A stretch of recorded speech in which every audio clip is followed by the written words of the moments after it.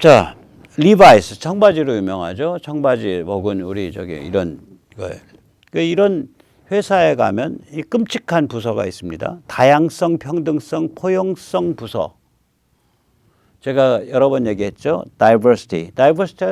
diversity와 equity라 그러면 뭐냐면 diversity, equity, 포용, inclusion, DEI라 그러면 이게 뭐냐면요. 한마디로 말하면 젠더, 엔젠더 다 끌어안고 트랜스 끌어안고 동성혼 제도화 시켜야 되고 뭐 다 그런 거예요. 그리고 성적 자기결정권 그거 어린애들이 성적 자기결정권 가지도록 해줘야 되고 이런 주장하는 게 그리고 백인우월주의 그 다음에 기후변화 이거 비판하고 이런 게 백인우월주의라고 드립치고 CRT 비판적 인종이론 떠들고 이거가 다양성, 평등성, 포용성 DEI라 그래요.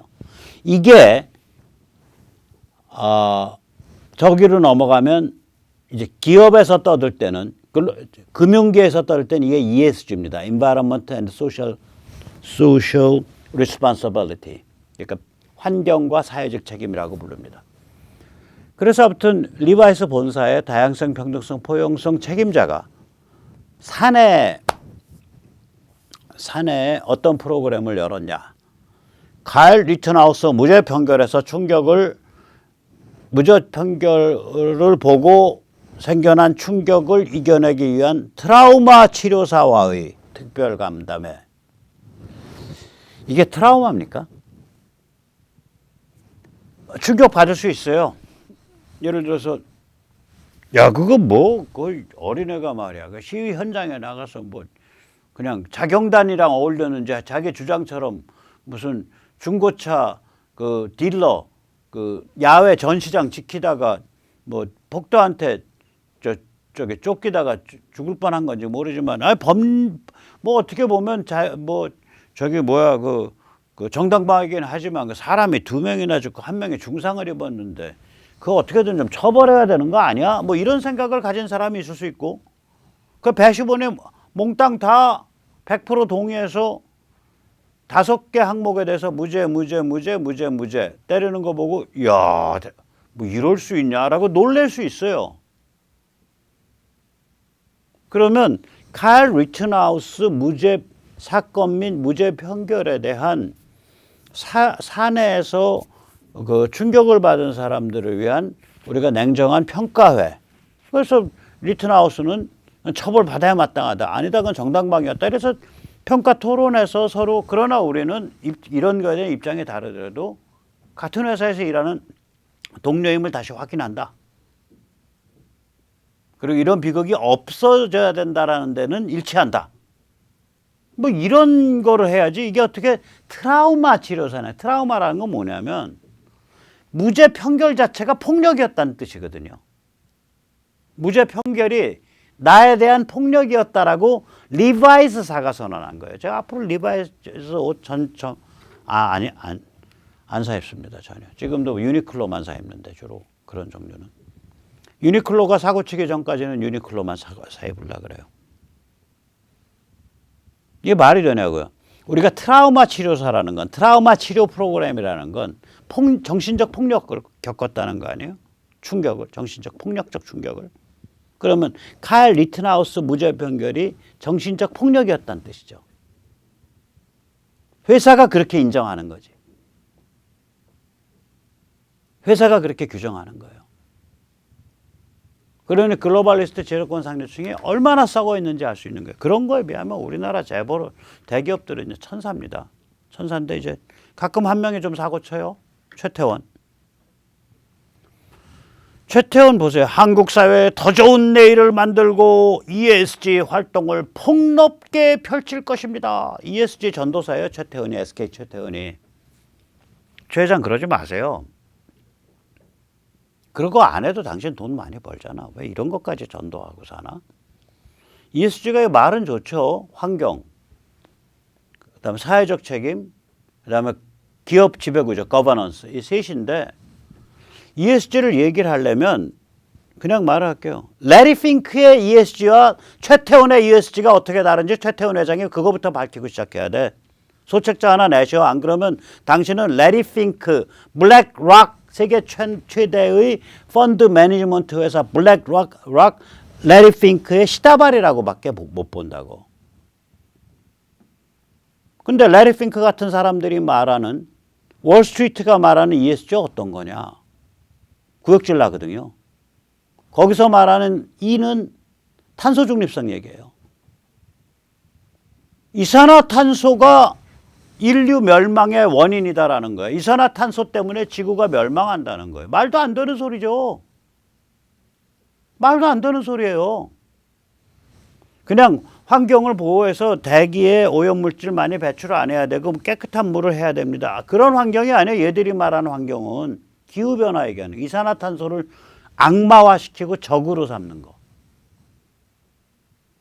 S, 사회적 책임. 말은 근사하지. 그러나 레리 핑크나 월스트리트가 말하는 소셜 리스폰시빌리티, 사회적 책임은 아까 말한 DEI예요. Diversity, Equity, 그 다음에 Inclusion, 다양성, 평등성, 포용성. 뭐에 대해서? 젠더에 대해서. 엔젠더. 그러니까 성구별이 남녀 두 개가 있는 게 아니라 아침에 남자, 오후에 여자, 저녁에 남자. 그래서 뭐 남녀남 패턴의 성구별이 있다는 거예요. 한 사람 안에도. 말하자면 그거에 무수히 많은 성적 심리적 유형이 있다라는 거예요. 그 성에 관한 심리적 유형을 젠더라고 부르는데 그 젠더가 몇 개인지 젠더 주장하는 사람 몰라요. 그래서 N개죠. 그 N젠더라고 제가 부르는 거죠. N젠더 이데올로기를, 젠더 이데올로기를 저희들이 S라고 부른다고. 소셜 리스폰시빌리티. 그럼 최태원 회장 말을 해야 돼. 내가 말하는 환경은 이거다. ESG에. 내가 말하는 기업의 사회적 책임은 이거다. 안 그럼 당신은 젠더 옹호자야. 당신 아이한테 12살 때에 성전환을 결정할 권리가 있다라고 떠드는 사람이에요. 당신은 그걸 밝히지 않으면. 왜냐면 그 용어를 만들어서 써온 애들이 그 뜻에서 용어를 써왔기 때문에 같은 용어를 쓰고 있잖아. 왜 그런 짓을 하고 살아? 왜 그런 짓을 하고 사냐고. 그런 짓까지 해야 돼? 기업 총수해 먹으려면? 불쌍한 인생이네. G는 governance거든요. 기업의 지배구조. 저게 이제 무슨 문제를 가지고 있냐면요. 우리나라는 예를 들어서 강소기업들이 회장의 자식한테 기업을 물려줄 길이 참 힘들어요. 이 상속세가 세서. 저게 무지하게 힘든 거라고요. 법인세, 소득세가 이 정도 세면 상속세를 낮춰줘야 되는데 상속세가 세단 말이에요. 그런 문제뿐만이 아니라 저게 진짜로 무슨 문제냐면 시민사회단체 대표를 이사회에 참여시키고 노동조합의 뭐 대표를 이사회에 참여시키고 이게 쟤들이 말하는 기업 지배구조예요. 아니 월스트리트에 있는 자산운용사야 그 짓 할 수 있지. 왜냐면 어차피 제조업 노조 없잖아요. 자산운용사, 월스트리트 자산운용사. 실리콘밸리에 있는 구글. 거기에 그 제조업 노조가 없잖아요. 거기는 전부 스탁옵션에 그 다음에 무슨 성과급에 이런 걸로 돼 있어가지고 노동조합이 이 경영 측하고 대립을 안 해요. 그렇게. 여기 제조업의 민노총 이런 노조와 같이 그렇게 살벌한 대립이 없다고. 그쪽은. 그러니까 기업 지배구조 얘기할 수 있죠. 편하게. SK만 해도 그렇잖아요. SK도 제조업 거의 없잖아요. 통신사. 굉장히 1인당 부가가치가 높은 업종만 가지고 있잖아요. SK도. 안 쫓긴다고요. 기업 지배구조 떠들어도. 저거 떠들면 누가 죽어나가냐. 대한민국 경제에 허리를 받치고 있는 중견기업들이 죽어나가는 거예요. 제조업 베이스에. 최 회장 참 철없다고 생각해. 1인당 부가가치 1억 5천만 원 이하, 1억 이하, 8천만 원 이하 라는 중견기업 가지고 한번 거기 회장이라고, 거기 대표이사라고 생각하고 당신이 ESG 얘기할 수 있는지 한번 생각해 보라고. 나는 왜 저런 소리까지 해가면서 기업회장 하려고 하는지 이해가 안 가요. 최태원 씨를 보면.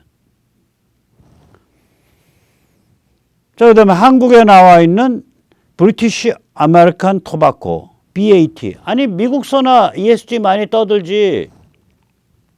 여기 홍보 담당 이사라는 것들이 우리나라 매체에 대해서 하는 얘기가 한국 사회에 더 좋은 내일을 만들고 ESG 활동을 폭넓게 펼치겠습니다. 아니, 한국 사회에서는 ESG 안 하셔도 되거든요. BAT. 한국 사회에서 안 하셔도 되거든요. 그 꼴 보기 싫은 ESG 타령 그만하시라고. 이게 글로벌리스트 제도권 상류층이 정말 문제인 거예요, 이게. 이게 다 사회 곳곳을 이렇게 그 독소를 전부 박아놓고 있는 거예요. 이러니까 거기에서 어울려 놀던 반기문이 같은 자, 노는 싸가지를 보세요. 나 반기문 싸가지라 그럴게, 이건. 아니, 전두환이 노태우처럼 용서를 구했어요. 뭐 전두환 대통령이 노태우 대통령처럼 용서 구했어요. 오케이, 그렇게 말할 수 있어. 자기 술 먹다가 뭐 친구 간에.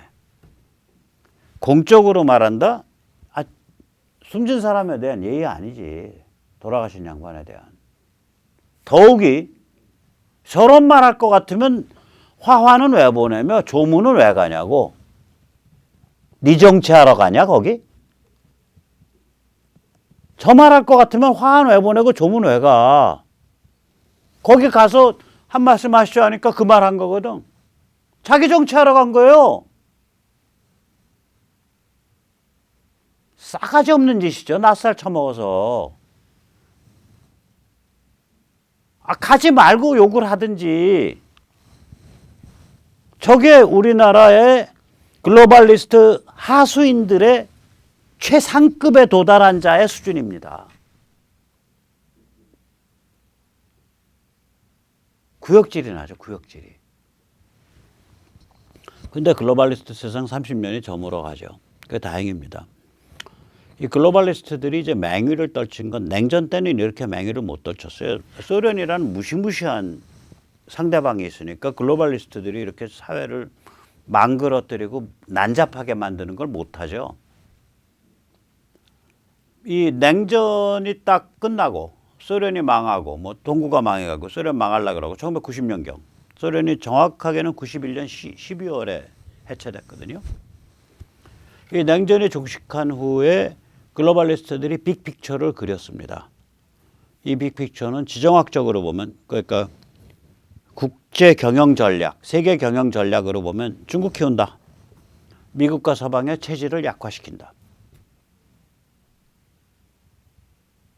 그래야 자기들이 세계 질서, 세계 시스템을 쪼물락쪼물락 할 수 있다 이렇게 본 거죠.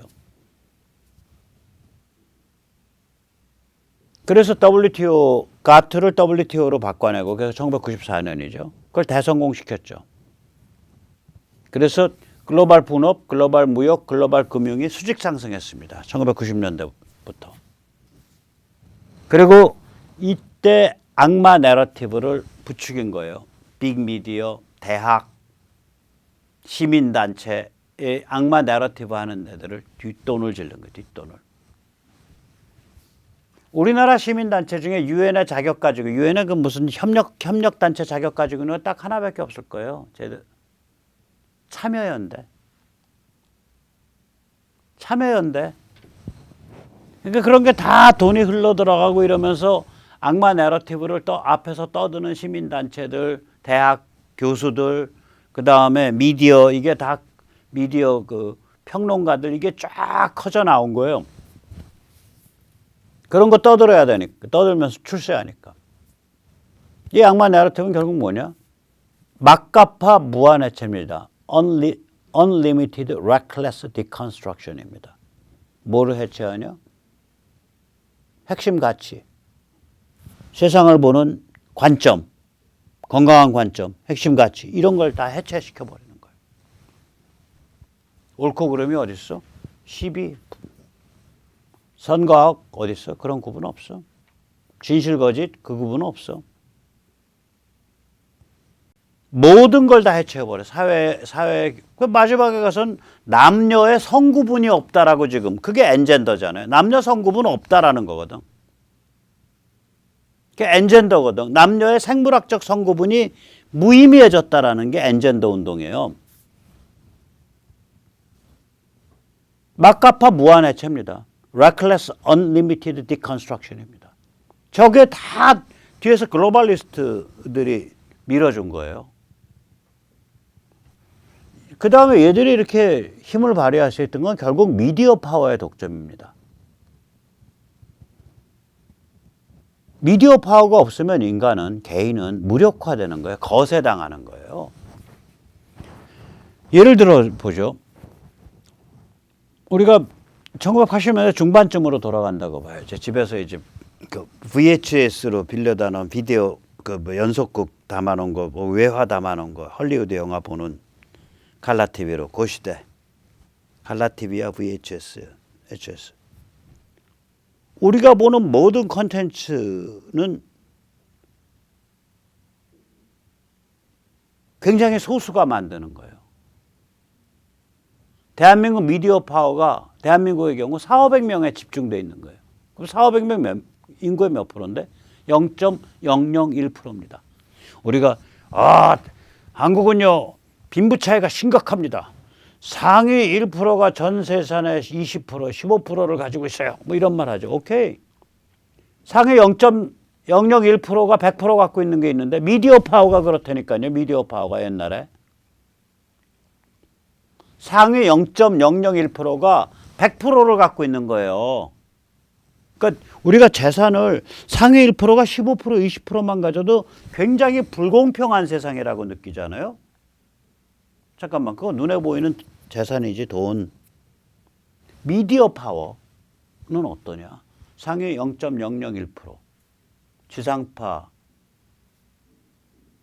조중동, 몇 개 중요 신문, 몇 개 주요 단체장, 몇 개 주요 정치인. 그거 다 해봐야 4,500명이에요. 어느 한순간에. 그 사람들이 미디어 파워를 갖고 있는 거야. 이게 조중동의 꿈이죠. 이게 조중동의 천국이에요. 실제로 전두환 대통령 때 조중동 엄청 돈 벌었습니다. 왜냐하면 그때 신문을 다 죽여버렸거든.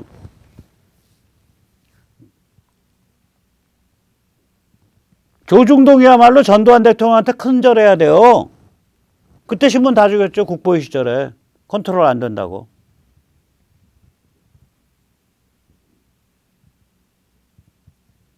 그래갖고 몇 개밖에 안 남겼죠.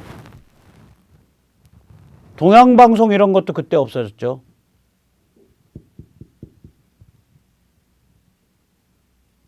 그래서 대한민국 미디어 파워가 4,500명한테 집중된 거예요, 저게. 저 시대가 그랬어요. 저게 언제까지 갔냐? 최근까지 간 거예요. 스마트폰이 일반화되기 전까지. 이게 일반화된 게 1910년, 2010년대잖아요. 지금 10년이 안 돼요, 이거 일반화된 지가. 안드로이드 폰이 처음 나온 게 2009년이니까. 일반화된 다음에 이걸로 여러 가지 그 활동을 하기 시작한 건 2012년, 13년, 14년 됐어야 된다는 얘기죠. 즉 다시 말하자면 저렇게 미디어 파워가 독점이 되면 자유롭고 독립적인 개인은 거세된 개인이 되고 그런 개인들로 이루어져야 되는 공화국은 무늬만 공화국, 절차만 남은 공화국이 되죠. 그러니까 빅미디어가 아니 글로벌리스트들이 흔들 수 있는 게 된 거죠. 세상을 쥐락펴락하게 된 거예요. 그게 다 이게 이제 황혼이 이제 닥쳐오고 있는 배경은 뭐냐? 황혼이 왜 왔을까? 맹위를 떨친 건 저런 이유인데 황혼은 지식층과 종교계의 고뇌와 통찰이 축적됐어요. 미국 얘기입니다. 그 다음에 미디어 파워가 평준화됐고요. 그 다음에 미국에서 특히 2022년이 되면 이 정치적 그 혁명, 내전이 MTR의 거대한 승리로 증명이 될 거라고요. 글로벌리스트의 종언을 혹은 황혼을. 이제 그런 게 된 거죠. 자, 그럼 우리는 이제 이런 사정을 염두에 두면 우리는 어떤 문제를 갖고 있냐?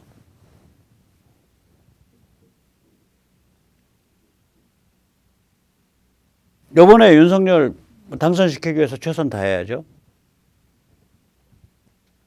그런데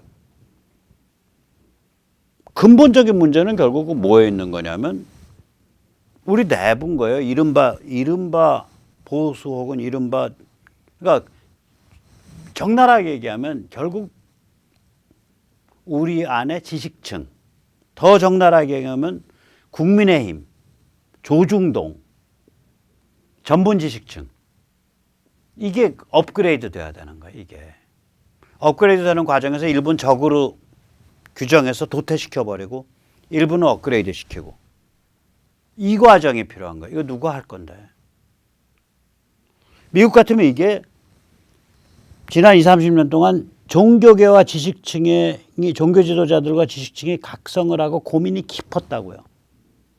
그리고 원래 정치 문화가 위대한 데가 있었고 그런 것들이 트럼프라는 현상을 만들어내서 트럼프가 기막히게 어떤 그 물꼬를 텄고 그래서 미국 같으면 그게 그렇게 흘러간 건데 한국은 이게 어떻게 갈지를 모르겠어요. 그냥 하나는 할 수 있다. 아무리 미약하더라도 우리가 민초가 모여야 돼. 민초가 고급지게. 만약에 우리 태극기 든 민초가 10만 명이 지금 어떤 고급진 아이디어를 가지고 전국적으로 조직화됐더라면 10만 명만 한 선곡에 4천 명도 있습니다. 그런데 고급진 아이디어를 못 가지고 있는 거고 조직화가 안 된 거예요. 고급진 관점이라는 건 뭐냐면 최소한 지금 백모 같은 얘기 비슷한 얘기를 소박한 형식으로 해서 보다 진솔된 언어로 주변 사람과 나눌 수 있고 주변 사람과 같이 움직일 수 있고 그것도 지역사회에서. 이거 안 된 거죠. 안 된 거예요. 토요일 날 하루 나가서 이렇게 저항하는 거 굉장히 중요한데 그거가 다는 아니다라는 얘기예요. 결국 승부는 지역사회에서 나는데 승부는 조직에서 난다고요. 그래서 계속 모여야 돼요. 우리. 처음에 선거 참관 감시를 계기로 모여야죠. www.무선.kr. 그 다음에 교육감 후보 단일화 온라인 시민 경선단 구성으로 또 모여야 되고 mychoice.kr. 그리고 이제 다음 스텝은 국민의힘 평당원 네트워크로 모여야 돼요. 이런 일들이 그냥 이게 언제 성과를 발휘하고 또 어떤 규모로 갈지 모르지만 우리가 계속 시도하고 계속 해야 될 일로 생각이 됩니다. 네, 그럼 오늘 여기까지 모시겠습니다. 감사합니다.